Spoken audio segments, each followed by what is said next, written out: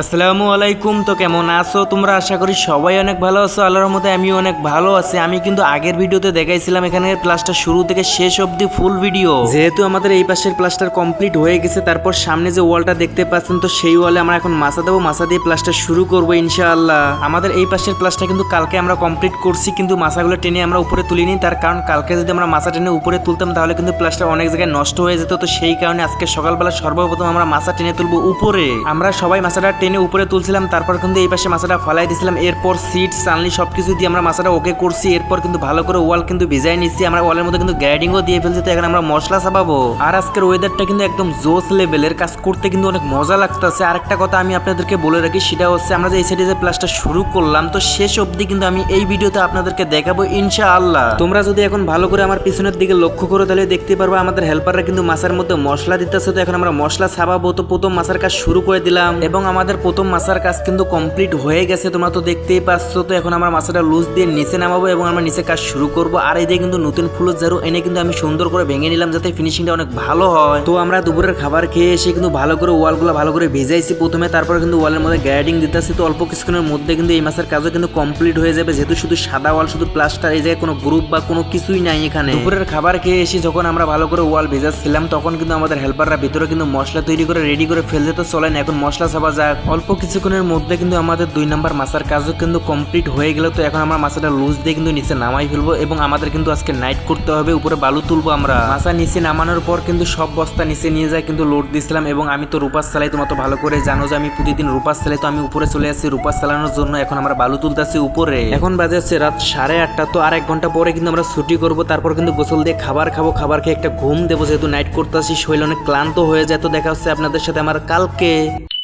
আজকে সকালবেলা কাজে এসেই আমরা সর্বপ্রথম ভালো করে পুরো ওয়াল ভিজাইছিলাম। আর ততক্ষণে কিন্তু আমাদের হেল্পাররা কিন্তু ভিতরে মশলা তৈরি করে ফেলছিল, যেহেতু আমরা কালকে মাছা নিচে নামাই ফেলে রাখছিলাম। ওয়াল যখন ভালো করে ভিজানো হয়ে গেছিল তারপর কিন্তু আমরা ওয়ালের মধ্যে গ্রাইডিং দিছি। তো এখন আমাদের হেল্পাররা মশলা দিতেছে। তো এখন আমরা মশলা ছাপাবো। এখন যদি তোমরা ভালো করে দেখো তাহলে দেখতে পারবা যে আমাদের 3 নাম্বার মাছার কাজও কিন্তু কমপ্লিট হয়ে গেছে। তারপর কিন্তু আমরা মাছাটা নিচে নামাই ফেলছি, মানে আমাদের 4 নাম্বার মাছায় আমরা এখন আছি। আর এখন আমাদের হেল্পাররা কিন্তু ভিতরে মশলা তৈরি করতেছে। আর এখন আমরা ভালো করে পুরো ওয়াল ভিজাবো। কিছু জায়গায় ভিজা আছে আর কিছু জায়গায় শুকান আছে, তো সেগুলো ভালো করে ভিজিয়ে নেবো আমরা ওয়াল। আর আমি ওয়েদারের কথা আর কি বলবো ভাই, কালকে এবং আজকে যা ওয়েদার দিচ্ছি ভাই, পুরাই আগুন, দেখে মাথা নষ্ট ভাই। এত সুন্দর ভিউ দেখলেই প্রাণ জড়িয়ে যায়। কিন্তু আমরা যে জায়গায় কাজ করতেছি খুবই রিস্কি কাজ। কিন্তু আমরা যে ঝুলমাছার মধ্যে কাজ করি, এই ঝুলমাছার মধ্যে কিন্তু নিজের ব্যালেন্স কিন্তু নিজেকে ভালো করে রাখতে হবে, নাহলে যে কোনো সময় যে কোনো দুর্ঘটনা হয়ে যেতে পারে। আর তোমরা স্ক্রিনের মধ্যে তো দেখতেই পাচ্ছ যে ভালো করে আমরা প্লাস্টারগুলো ঢেকে রাখছি। তার কারণ হঠাৎ করে বৃষ্টি আসছিল, কিন্তু আমাদের প্লাস্টার কোনো রকমের কোনো ক্ষয়ক্ষতি হয়নি, আমরা ভালো করে পলিথিন দিয়ে ঢেকে রাখছি। আর আমাদের 4 নাম্বার মাছার কাজও কিন্তু কমপ্লিট হয়ে গেছে। তারপর কিন্তু আমরা মাছাটা নিচে নামাই ফেলছি। এখন আমরা আছি 5 নাম্বার মাছা। তো আজকেও কিন্তু আমাদের নাইট করতে হবে, আমাদের ইট তুলতে হবে ছাদের উপরে।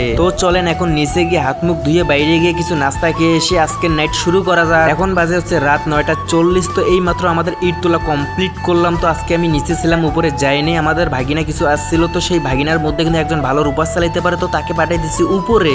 আর আজকে কিন্তু আমরা ইট তুললাম ছাদের উপরে। ছাদের উপরে কিন্তু অনেকগুলা গাঁথনি বের হয়েছে, তো সেই গাঁথনি কমপ্লিট করতে গেলে কিন্তু আরো ইট লাগবে। যে ইটগুলো তুলছে এই ইটও কিন্তু কমপ্লিট হবে না ছাদের উপরের গাঁথনি। বর্তমান কিন্তু আমাদের নিচে তেমন কোনো ধরনের ইট নেই, আর যেগুলো আছে অল্প আছে, এগুলো তোলার মতো সময় বর্তমানে আমাদের নাই। তো একবারে তুলবো, পরবর্তী যে ইটের গাড়িগুলো আসবে সবগুলো কিন্তু একবারে তুলবো ছাদের উপরে। যেহেতু এখন বাজে হচ্ছে রাত 9:40। তো এখন আমরা গোসল দেবো, গোসল দিয়ে এসে কিন্তু আমরা রাতের খাবারটা খেয়ে ঘুম দেবো।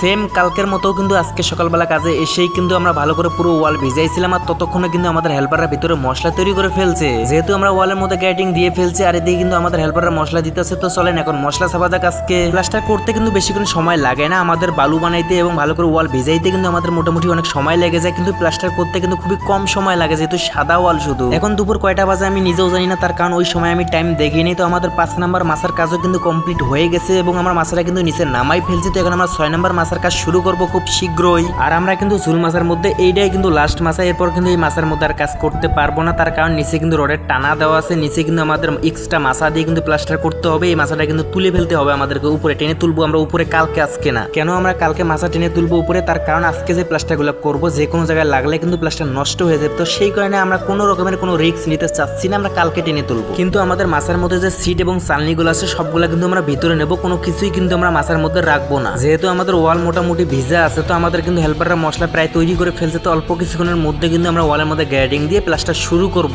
অল্প কিছুক্ষণের মধ্যে কিন্তু আমরা ওয়ালের মধ্যে গ্যাডিং দিয়ে কিন্তু আমরা মশলা ছাপাই নিছিলাম। তো এখন আমি পাট্টা মারতেছি, তোমরা তো দেখতেই পাচ্ছ, স্ক্রিনে দেখতে পাচ্ছ আমার শরীর কতটা ঘেমে গেছে, গেঞ্জি খুলে ফেলছে, তারপরও কিন্তু আমার গা পুরা ভিজে গেছে ঘেমে। বর্তমানে কিন্তু আমাদের এখানে অনেক গরম যাচ্ছে, গেঞ্জি মেঞ্জি সব খুলে কিন্তু কাজ করতেছি, তারপরও মনে করেন যে রেহাই পাচ্ছি না গরম থেকে, তারপরও অনেক গরম লাগতেছে, গায়ে পুরো গা ভিজে গেছে ঘেমে। এই যে আমরা এত কষ্ট করে কাজ করতেছি, তারপরও কিন্তু আমরা দিন শেষে কিন্তু কন্ট্রাক্টরের মন পাই না, এবং ফ্যামিলির কথা তো বাদই দিলাম ভাই। তোমাদের মধ্যে যারা বিল্ডিং কন্ট্রাকশন জগতে কাজ করছো অথবা দেখছো বা এই বিষয়ে কোনো কারো অভিজ্ঞতা আছে, তোমরা ভালো করে জানো যে আমাদের বিল্ডিং কন্ট্রাকশন জগতে কত রিস্ক নিয়ে অনেক জায়গায় কাজ করতে হয়। বিশেষ করে আমাদের ঝুল মাছায় কিন্তু অনেক রিস্ক, বাঁশের মাছাগুলো কিন্তু মোটামুটি একটু সাপোর্ট পাওয়া যায়, কিন্তু এখানে যদি আমরা একটু ব্যালেন্স হারিয়ে ফেলি তাহলে আমাদের জীবন একবারই শেষ হয়ে যাবে। কিন্তু তারপরও আমরা এসব জায়গায় কাজ করি নির্ভয় শুধুমাত্র ফ্যামিলির মুখে একটু হাসি ফুটানোর জন্য। কিন্তু দিন শেষে আমরা ছেলেরাই খারাপ, বেঈমান, আরো কত কথা ভাই। এসব কথা যখন মনে পড়ে তখন নিজের কাছে অনেক পার্সোনালি ভাই অনেক খারাপ লাগে। কেউ আমাদেরকে বোঝে না, কেউ আমাদেরকে মূল্যায়ন করে না পরিবার থেকেও। আমি যখন সর্বপ্রথম রাজের কাজে ঢাকায় আসি তখন কিন্তু আমি অনেক ছোট ছিলাম, ভালো করে তেমন কিছুই বুঝি নাই, কিন্তু এখন আমি ভালো করে বুঝে গেছি বাস্তবতা কতটা কঠিন।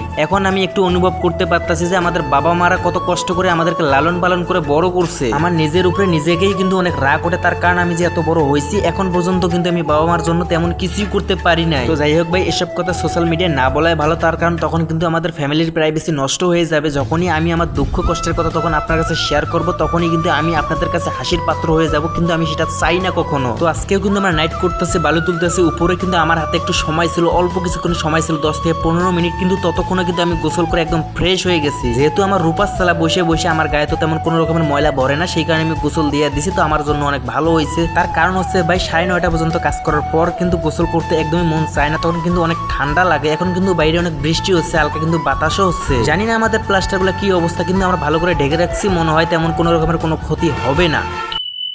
আজকে সকালবেলা কাজে এসেই কিন্তু সর্বপ্রথম আমাদের যে ঝুল মাছা আছে সেটা কিন্তু টিনে উপরে তুলে রাখছি, এবং কালকে কিন্তু আমরা নিচে মাছা দিয়ে রাখছিলাম। তো আজকে সকালবেলা এসেই কিন্তু আমরা কাজ শুরু করে দিয়েছি। তোমরা তো দেখতেই পাচ্ছ যে আমাদের মশলা চাপা কিন্তু কমপ্লিট। এরপর কিন্তু পুরো ওয়ালের কিন্তু মশলাগুলো ভালো করে কোণে দিয়ে চেপে নিছি। তো এখন আমাদের পাট্টা মারার পালা, তো পাট্টা মারা হয়ে গেলে কিন্তু আমরা ভালো করে ফিনিশিং দেবো এবং কিন্তু আমরা মাছটা ভেঙে ফেলবো। অল্প কিছুক্ষণের মধ্যে কিন্তু আমাদের 7 নাম্বার মাছার কাজও কিন্তু কমপ্লিট হয়ে গেছে। তারপর কিন্তু আমরা মাছটা ভেঙেও ফেলছি এবং নিচে কিন্তু মশলা ছাপাই নিছি এবং পাট্টাও কিন্তু একবার মেরে নিছি, আরেকবার পাট্টা মারবো খোঁজ মারার পরে। আমার এই ভিডিওতে কিন্তু আমি তেমন কোনোভাবে আমি আপনাদেরকে দেখাইতে পাইনি যে আমি যখন কাজ করি তখনকার কিন্তু কোনো রকমের ভিডিও আমি আপনাদেরকে দেখাইতে পাইনি। তো এখন আমি পাট্টা মারবো আর তোমরা এনজয় করো বইসা বইসা।